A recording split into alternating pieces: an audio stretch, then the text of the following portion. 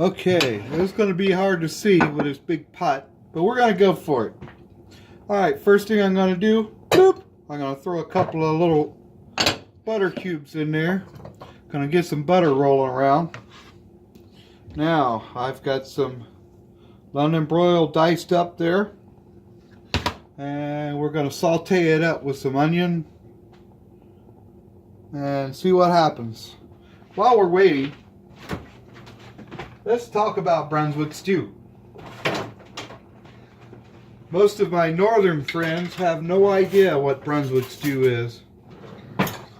So here's a little history. Brunswick stew has originated in two different areas of the South. One is Brunswick County, Virginia, and the other is Brunswick, Georgia, the city.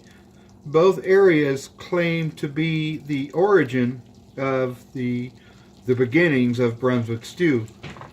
Each has their own unique tales about how Brunswick stew came to be. But it's somewhere in the early years, 17 or 1800s, where they used to go on long hunts for months at a time to try to get food for their families and neighborhoods. These guys would invent different foods to eat while they were on their long hunts, and that's where the Brunswick stew came from. Originally, it was using wild game like rabbit, squirrel, coon, possum, whatever they could find, they would throw in this big pot, and they would make Brunswick stew with it using vegetables that they picked up along the way.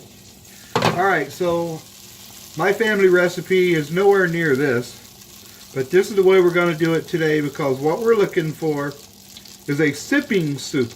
Typically, our Brunswick stew is thick like a stew. You could eat it with a fork.